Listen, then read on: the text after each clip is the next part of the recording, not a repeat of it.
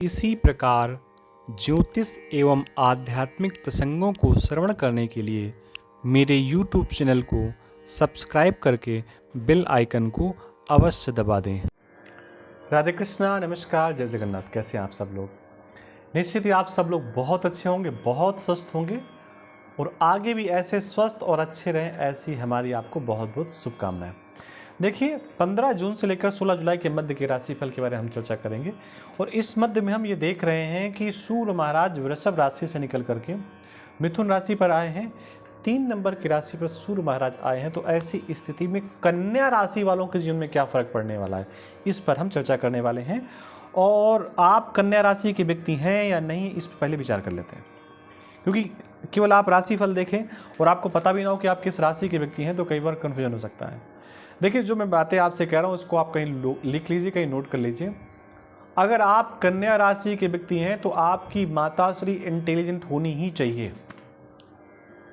अब जैसे किसी की माताश्री नहीं है तो वो एक अलग विषय है, लेकिन उनके घर में फिर अगर माता नहीं है तो उनकी बहन, माँ के जैसे जो भी व्यक्ति वहाँ उनके आसपास उपस्थित है वो इंटेलिजेंट होना चाहिए, बुद्धिमान होना चाहिए, पढ़ा लिखा होना चाहिए, बात करने बहुत एक्सपर्ट होना चाहिए। ये अगर आप कन्या राशि के व्यक्ति हैं तो आपकी माता के अंदर ऐसा गुण देखने को मिलता ही मिलता है, इसमें कहीं कोई संदेह नहीं है।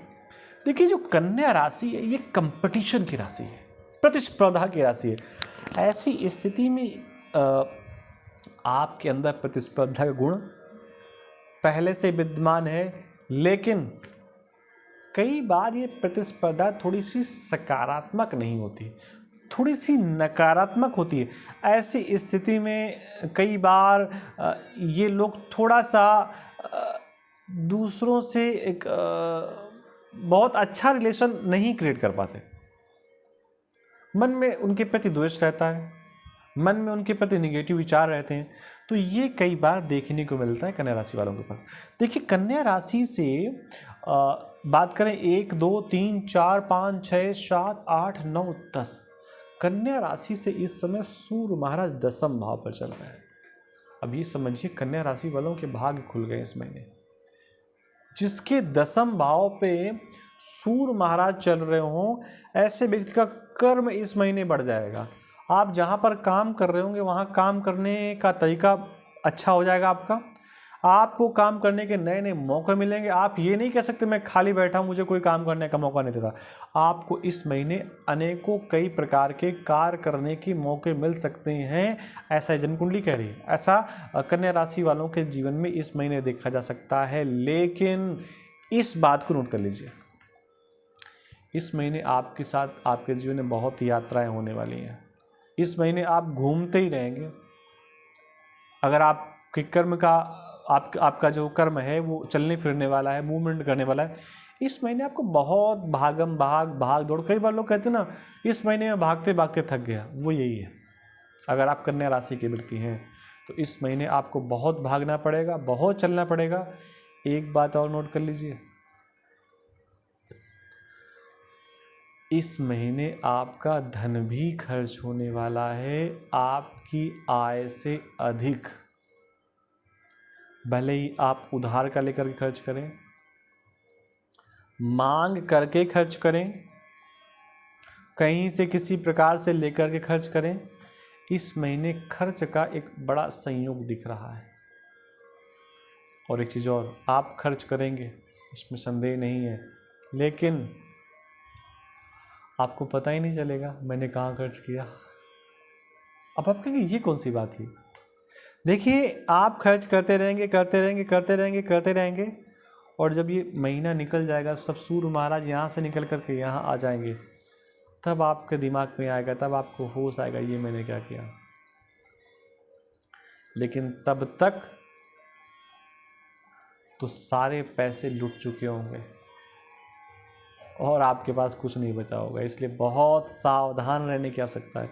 एक जगह मैं कथा कहने गया तो वहाँ मालूम पड़ा कि रात भर जागरण हुआ और जागरण में एक व्यक्ति रात भर पुरस्कार देता रहा, सम्मान करता रहा। वो नशे की हालत पे था।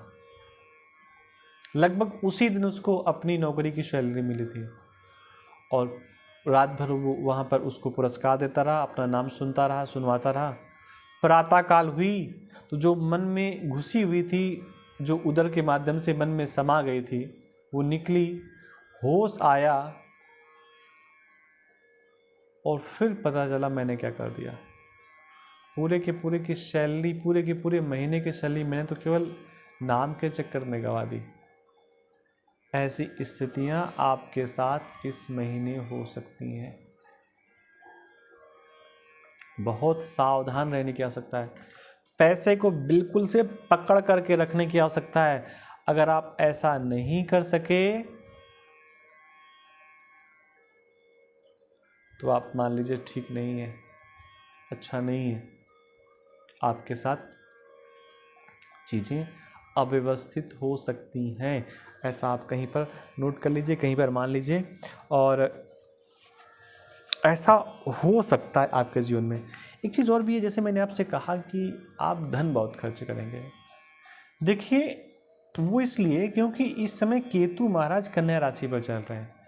चंद्रमा आगे नीचता की ओर बढ़ रहा है, बुध की राशि पर है और कमज़ोर है। तो कमज़ोर चंद्रमा इस प्रकार के खर्चे आपसे करवाएगा, आप अपने आप को रोक नहीं पाएंगे और खर्चा आपकी जेब से हो जाएगा, फिर बाद में आपको मालूम पड़ेगा ये क्या हुआ। तो ऐसी स्थितियां आपके जीवन में इस महीने घट सकती हैं, तो आपको बहुत सावधान रहने की आवश्यकता है। बाकी सारी चीज़ें ठीक हैं। मन थोड़ा अव्यवस्थित रहेगा क्योंकि चंद्रमा और केतु का संयोग है। ऊपर से चंद्रमा अभी अभी शनि की दृष्टि से आगे बढ़ करके आया है।